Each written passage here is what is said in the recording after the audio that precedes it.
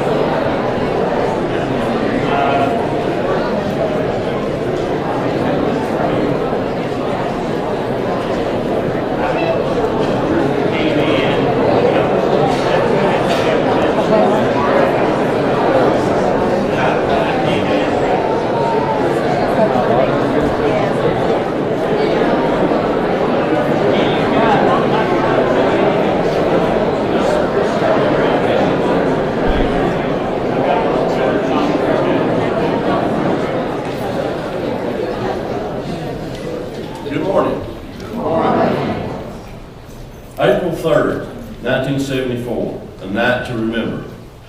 That night our city became part of meteorology history as an F5 tornado nearly wiped out our city. Surrounded by destruction, with buildings and homes reduced to rubble, dreams shattered and families torn apart, 25 of our friends and neighbors had their lives cut short. 40 years later, it's worth remembering the terrible loss of life and the destruction that the tornado inflicted on our city. It is important to remember the power of our community to come together, the value of unity, the number of people and organizations that came to our aid. It's also worth remembering when everything seemed hopeless, a new vision for our city developed. As I look out over the crowd today, many of you were not even born on April 3rd, 1974. Many of you didn't live here. However, still many of you lived through the night to remember on April 3rd, 1974. May we all come together and reflect as I welcome all of you to this service. I'd like now to introduce some of our out-of-town guests that's come our way today. First of all, family members who lost their relatives in this tornado, would you please stand? In the Huntsville Times. She is the author of 8 books. One of the books is The History of Alabama's Deadliest Tornadoes, which includes the 1974 outbreak. And she has given the city one of these, and it can be purchased at Books A Million or Amazon. We also have Catherine Hirschfield from Journal Record, if you would stand. We have WVUA Tuscaloosa, WCBI Columbus, Mississippi, Gold 97, radio, any other media that I've looked at. Super 8 TV? Drew. Super 8 TV. From Hamilton, good to have you. We also have Representative Paul Housel from Congressman Robert Adderhold's office. Paul. Ms. Sheila Cochran, our circuit clerk. Ms. Barbara Cooper, Revenue Commissioner. Any other elected officials, mayors? I know we've got Mayor Price, Mayor Williams, Whitey Cochran, Mayor Packelberg, and we have a special kinship there for sure. Any others? Former probate judge Annette Bozeman, right in the back. Good. Also, our city councilman from the city of Gillett.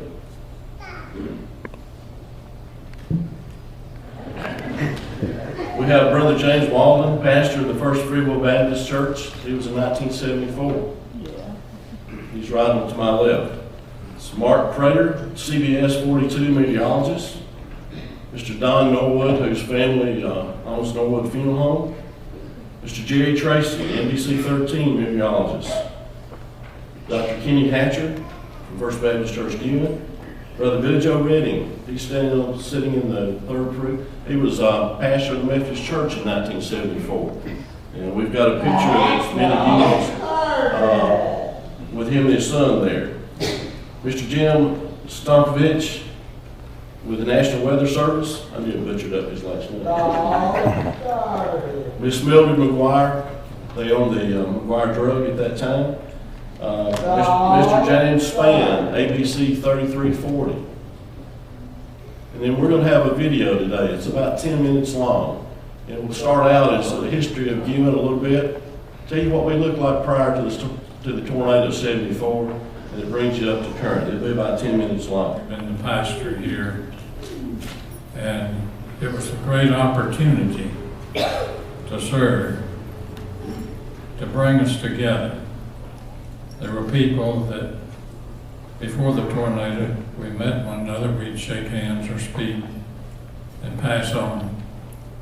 But right after the tornado, if I met the same people, they'd hug me and say, I'm so glad to see you. And I thank God for that.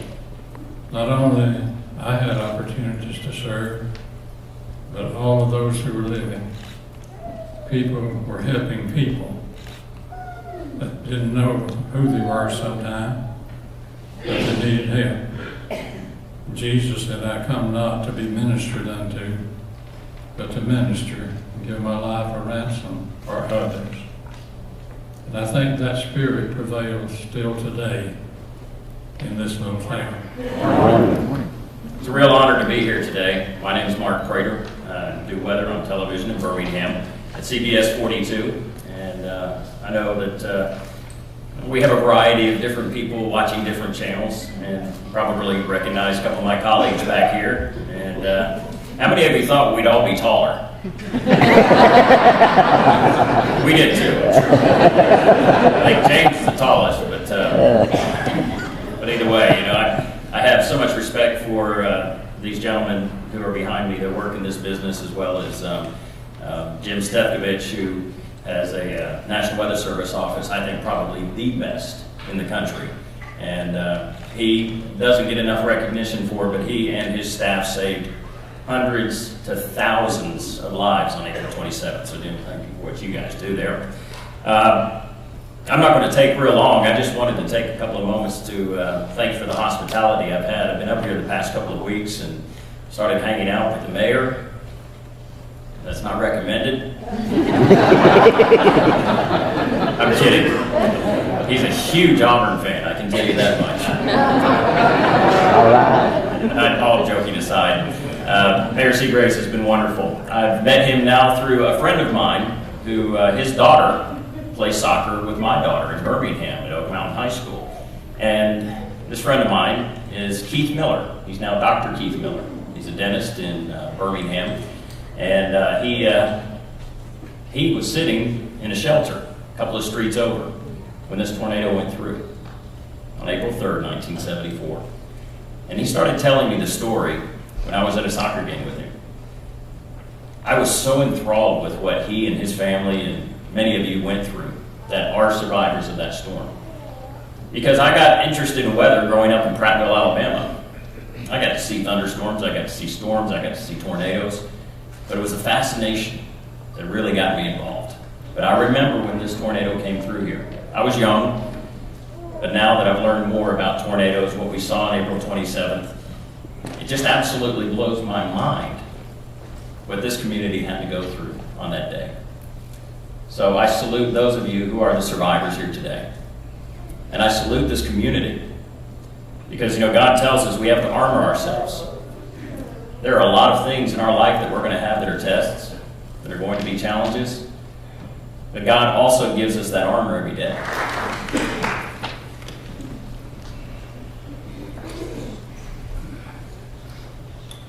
Pardon me if I take a swig of water. I'm taking some medication that's got me dried out, and I'm nervous too.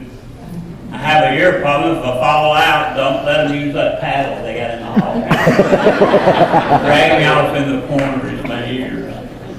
So anyway, as Phil introduced myself, Don Norwood, and my brother Tommy Norwood, and Rick Norwood, my brother, and sister-in-law Donna, we operated a funeral home here in Dewitt and Sullivan, Alabama at the time of the tornado. You know, sitting here with all these meteorologists, and I was over here talking. I think I could go ahead and give y'all the 10-day forecast right now. Thank you, Don, and thank you, Mark, and boy, what stories Don has. Amazing stuff. Good morning, y'all. Good morning. Jerry Tracy here from Alabama's 13. I want to thank Don for those stories that some of us have heard and some of us may have never heard before. I want to thank Mark, and I want to echo him a bit. There are some really good people back here who are really working very hard every day. Jim Stekovich, the National Weather Service, is not only doing good work in Birmingham, they're doing groundbreaking work.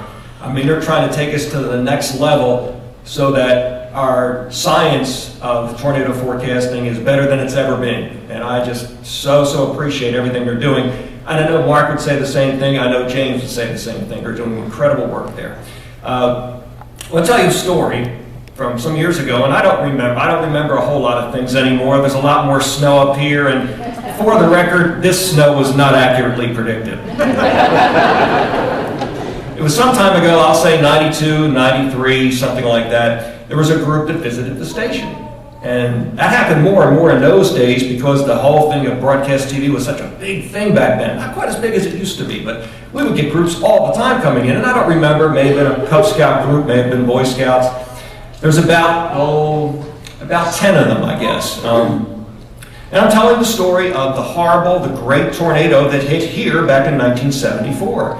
And I'm retelling the story of the group of 11, I think it was, that went in the basement, sheltered in the basement of the United Methodist Church. And even though the church was destroyed, when it was all over, they came out pretty much without a scratch.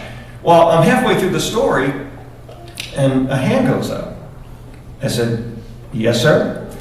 "Mr. Tracy?" I said, "Yes." I was one of those 11. He actually was the son of the pastor of the church. And once he said that, of course, I let him tell the rest of the story because he was going to know it a whole lot better than I did. But that's a true story. As meteorologists, we're fascinated by weather. That's what got us into this business, frankly. Fascinated by storms and beautiful days and sunshine and clouds and the whole bit. But none of that really means much of anything unless we relate it to you. And look at this church. Look at this. There's hardly an empty space. This happened 40 years ago. What does this say about the spirit of you people right here? It says so much. It says God is alive here. It says you are an incredible blessing not only to yourself but to everybody else in this community. And the fact that all these years later, look what's going on here. It's alive. It's vibrant. And that's tremendous. It is communities like this that make our country great. They really do. Some time ago, and again, the details will escape me. I'm R.H. Brown, reporter for WCDI TV in Columbus, Mississippi. So great to be here today.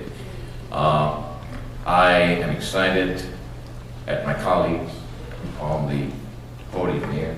I'm still at awe with the folks from television and radio.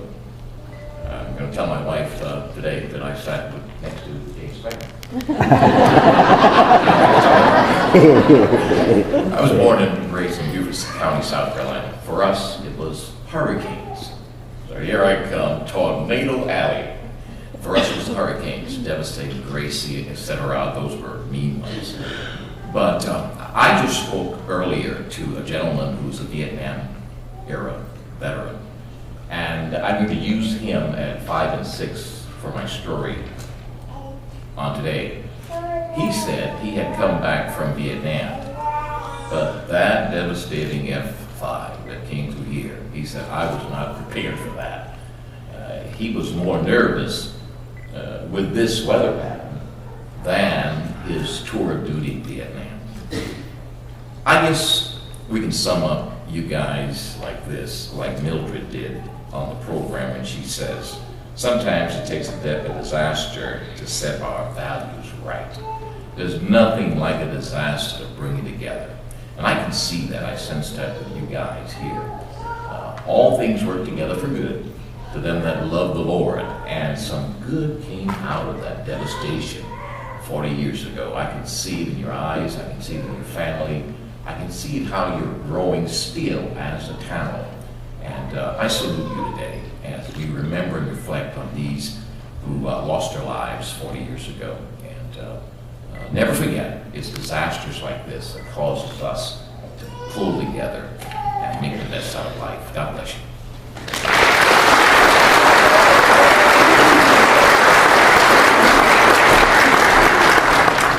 I want to recognize a couple of people this morning. One, if you've seen a picture album that is circulating around here, it says property of Sergeant Major James O. Duke. Please look at it. Please do not take it with you. Those pictures are one of a kind. We thank you for that. Also want to recognize some people who were not noticed before, and it was not a slight on anybody's part. I would ask our Sheriff, Kevin Williams, please stand, and any county commissioners that are here, would you please stand? Thank you so much. Also, police officers, first responders, would you please stand? Now, while you're standing, everyone else, this is for you. In case of another natural disaster, every one of you are first responders. Would you please stand? I know y'all were wondering if you were going to get to stand up, so would you please stand? Everybody, first responder. Everybody. Thank you all, and we thank you for being with us today to share in this very special service.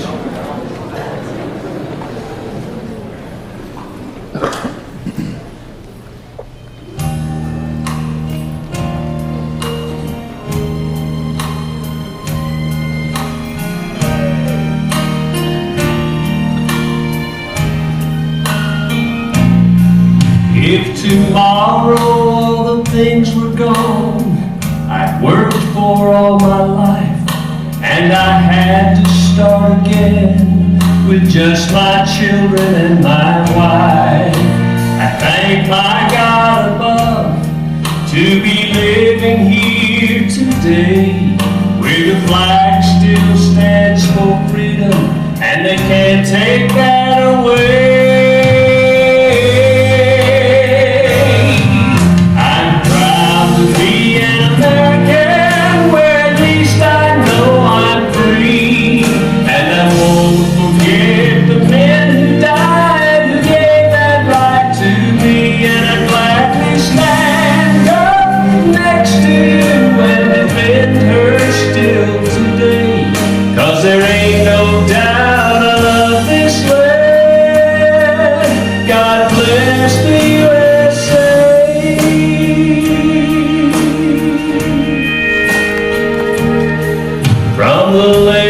Of Minnesota to the hills of Tennessee, across this land of freedom, from sea to shining sea, from Detroit down to Houston, from New York to LA, there's pride in every American's heart. It's time we stand and say, to be an American, where at least I know I'm free, and I won't forget the men who died, who gave that right to me, and I'd gladly stand up next to you and defend her still today, 'cause there ain't no doubt I love this land.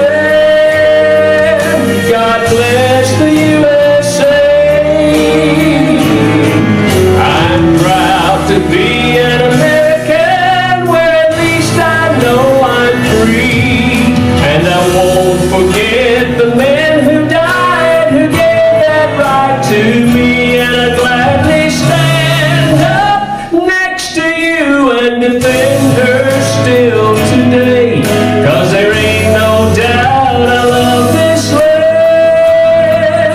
God bless the USA. God bless the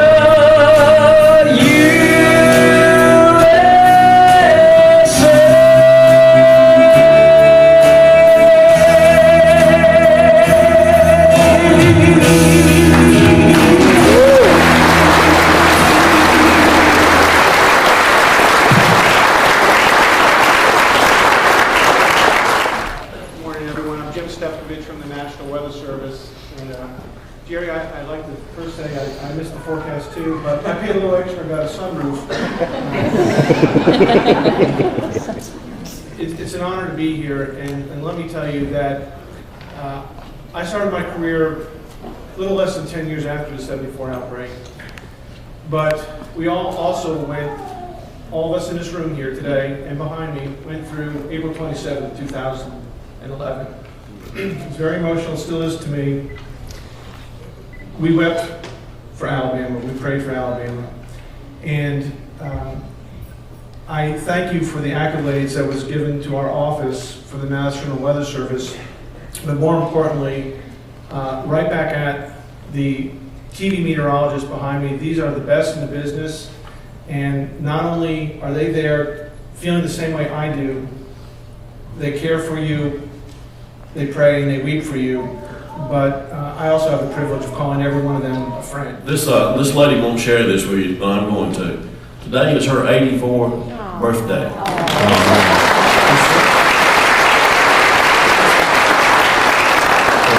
Let's all wish her that. It is December 10th, so I have been 84 for a little while. But all of us here will always remember April 3rd, 1974. I hate to say it, but it was a warm, sultry day, kind of like today. And we had started to get ready for Wednesday night Bible study. And the hail started. And it was the size of golf balls and some as big as tennis balls. But Robert Marshall and I went on to church. We got down there and lights went out, power went off. So Robert and I went to visit a young couple who had power, and Marshall went home. And then the thunder and lightning got so frequent until we knew we better go home and check on her. She was a high school senior, and she was on the phone as usual, and it went out. And then I switched on the TV, and it said, tornado warnings are out. So we began to hear a roar, and Robert looked out the back door and he said, you know, there ought to be a law against a train going through when storm warnings are out. I said, that is a tornado. So he reached up and grabbed a big flashlight, and we got under the dining table with Marcia in between us. And we had no more gotten under there than we started to move. We were like Genie on the magic carpet, if you remember that. And we hung on to the table legs to keep from being sucked out. And Marcia said, Mom, what are we going to do? And I said, we'll just pray that our lives will be spared. And the pressure was so bad that I thought my eardrums would buckle. But when we finally stopped, the dining room wall caved in on us on my side of the table, and we had a swinging door that came from the kitchen into the dining room. And that wall stopped on that door. And we were like we were under a teepee, but we'd been hit with dirt, pine needles, bark, glass, everything. But Robert and our electric organ went out, and her car came in. So that's not good. And then Robert had a cut elbow. It got infected later. Marcia had a cut finger, but I had a broken back and pelvis. They helped to get me down on the living room floor. We had plate glass windows on both ends of the living room, and they popped out, and we could hear screaming all over the neighborhood. Robert was going to find an ambulance for me, but he checked on Jules, Cindy, and Jamie first, our next door neighbors. And they were sitting against a wall. But they were like us. They had been blown about 40 feet off the foundation. And then Wyman was still trying to get home from Brilliant, but that's another story he'll have to tell you. But Robert heard screaming across the street, and it was Becky Todd screaming for her children. And Robert shined the light in the back seat, and there were no children. Paul and Mark had been blown out into the yard, and little Jana was across on our side in a clean spot. Now, George Albert had a cut head, almost cut his ear off. So Robert called him to come back and help get Becky out of the car. So, but Paul and Mark didn't make it, but little Jana was okay. And Coach Bill Rayburn came along to help, and then Greg, another brother, came up to help. But Robert started on down the street, and our neighbor, Miss Quincy Gann, had an air conditioner that had boards and nails blown on her. So he stopped and helped Sylvia get the right. And then one of my former English students, Junior Simmons, and his daughter Pam, came along. And they said they would go and get an ambulance. So they went to the hospital where Rex Norwood was. And while they were checking Rex, Tommy Norwood and some of his friends that hung out in our front yard, and a couple of the men came back to get me. And they came to the back living room window. And I told the boys, I said, get on either side of me and lift me all at once, because I do have broken bones. And they did it exactly right, and I didn't have any internal injuries. And while Robert was gone, our cousin Don Bussey was over here. He came to see about us, and I could hear him crying before he got to us. And I yelled, Don, don't cry, we're okay. And he walked out a big fallen pine tree trunk, and he got out into the branches, and he thought, well, he'd just step down. But instead, he didn't know how high up the branches were in the air, and he fell through them. But he came on down, and we had acres of pine trees, and we were left with one little pink dogwood when it was over. Our house, and I did have to wear a girdle, and I did have to help pull it up sometimes.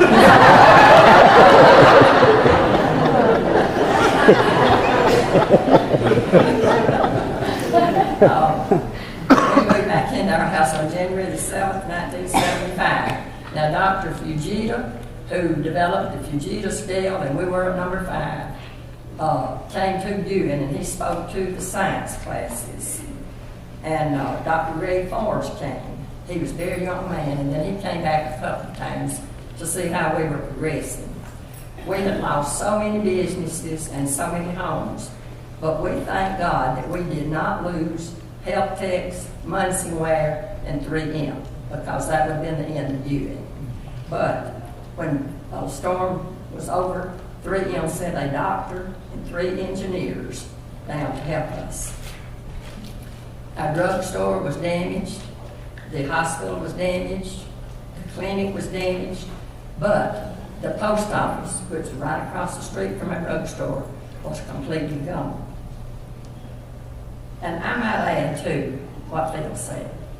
Norma Jean Nelson was our city clerk then, and she's been our city clerk since then. You have done a fantastic job.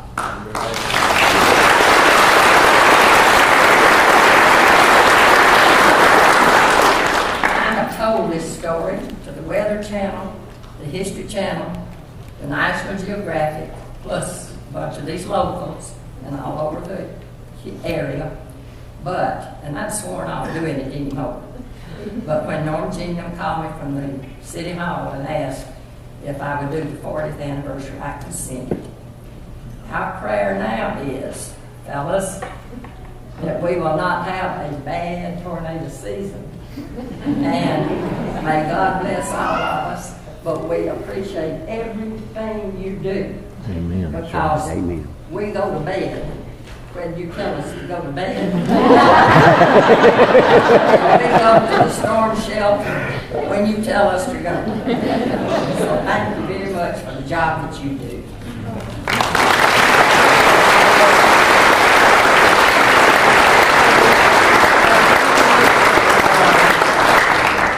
She's cool.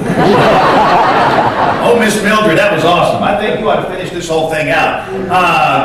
Let me first off say this. J.B. Elliott, my colleague, was to be here. J.B. issued the tornado warning for Marion County that night in 1974. J.B. is now in his 80s. He's doing fine, but his wife fell and broke her neck. Thank goodness she's not paralyzed, but he's tending to her, so he sends his best wishes. I have been in this pulpit many times over the years, so it's an honor to come back. I think I'm probably the oldest guy on television in Birmingham. I got underwear older than Mark Prater. And Jerry, you know, I mean, you're not there yet. I mean, look at all that hair. If I had hair like Jerry, I'd be a good-looking guy. The only guy that's been on television longer than me in Birmingham is a guy named Country Boy Eddie. Does anybody remember him? So here's my favorite Country Boy Eddie story. Remember the blizzard of '93? We were stuck. We couldn't go home. Well, guess who called me after the blizzard? Country Boy Eddie. And he said, all right, James is his country boy. All right, yeah. He couldn't come to work. And he wanted me to host his program the next morning. That was the worst hour of local television ever. April 3rd, 1974 changed my life. I was a high school senior, about the same age as some of these knuckleheads over here. Anybody a high school senior here? Yeah. I was your age when this happened. And I loved weather. I had a fascination with weather. I loved storms. I wanted them to happen. I loved tornadoes. I wanted them to happen. Well, that night, my home, by the way, is an older child, is Tuscaloosa. And that night, they sent me north with my ham radio gear. In 1974, guess what? There were no cell phones. It was a tragedy for our young people here. They wouldn't know what to do with that. But they relied on us, amateur radio operators, to communicate. And my first assignment was in Jasper, not here. I was sent to the hospital in Jasper. And the hospital in 1974 was the People's Hospital. And for whatever reason, they put me in the emergency room. And my job was to communicate information from the hospital back to the Red Cross in Birmingham to coordinate relief supplies. And I saw things that night that changed my life. You see, during that night, I lost my innocence. I saw things that an 18-year-old or a 17-year-old child should never see.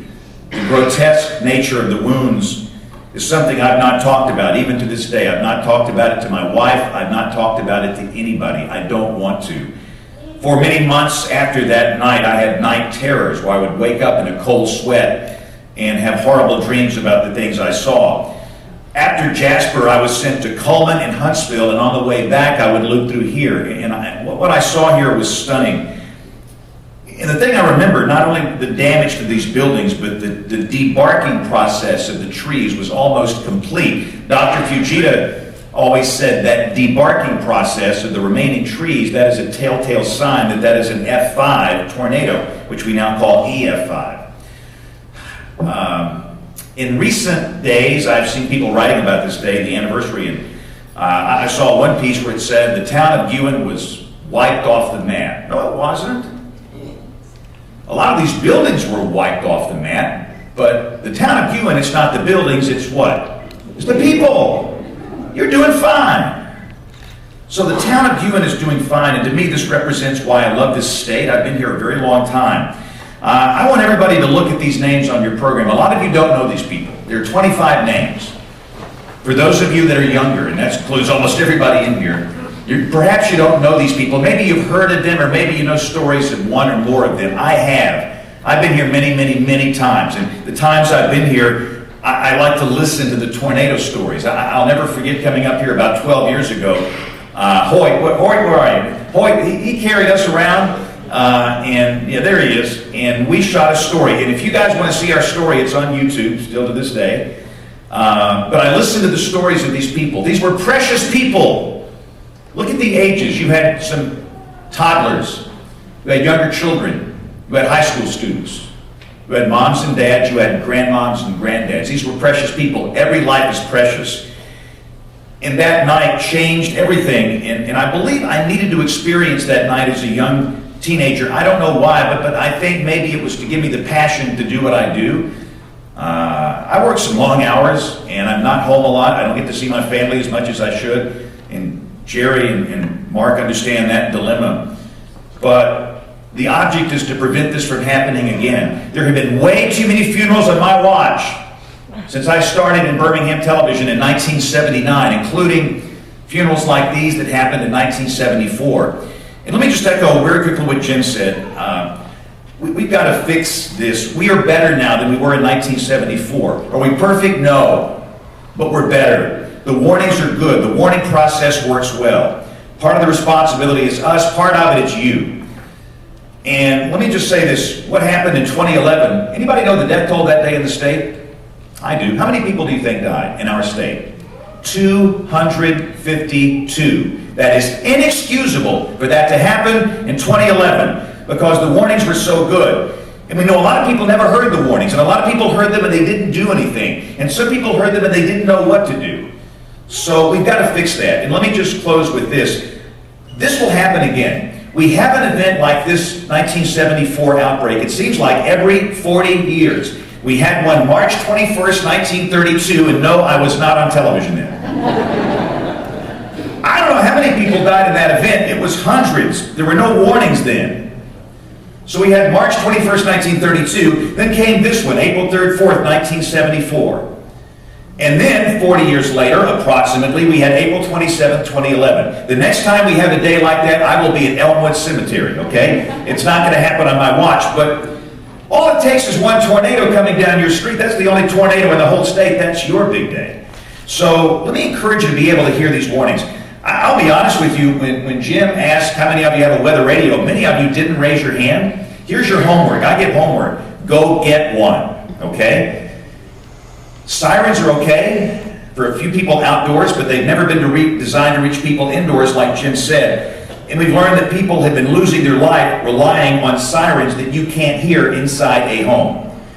Weather radios are inexpensive. They cost about $29. And you can probably buy a mayor right here in town. I mean, the mayor can point you to a place in Guin where you can buy them. And if you need help programming them, Jim, Jerry, Mark, or I will come to your house, okay? We will come to your house and fix it and program it, okay? That's what we do this time of the year.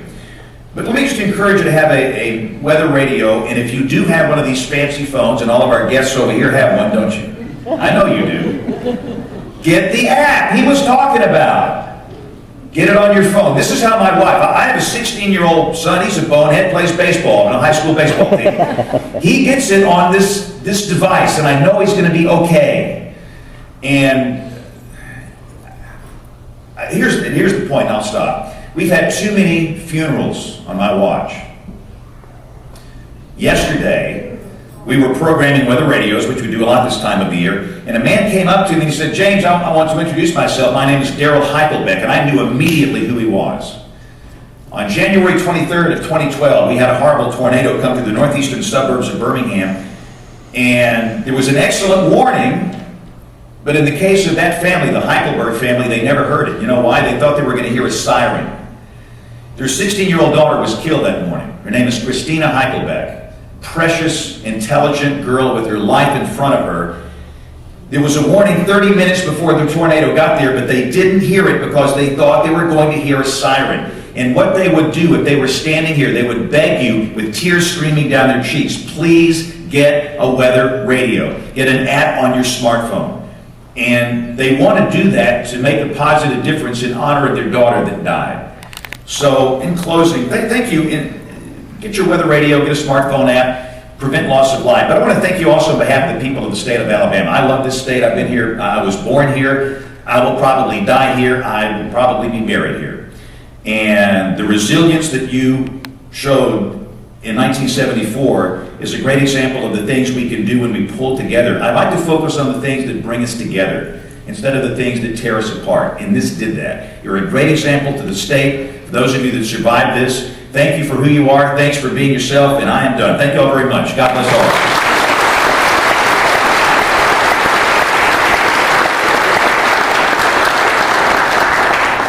Of announcements that I'd like to make. If you lost a family member during the storm in 1974, there is a rose down here that is for you. Also, if you would like a video copy of today's service, those will be available, $10 per copy. You need to contact City Hall to get your reservation made for that. My ties with Guin, Alabama did not begin 2 years ago when I came here to be the pastor at First Baptist Church.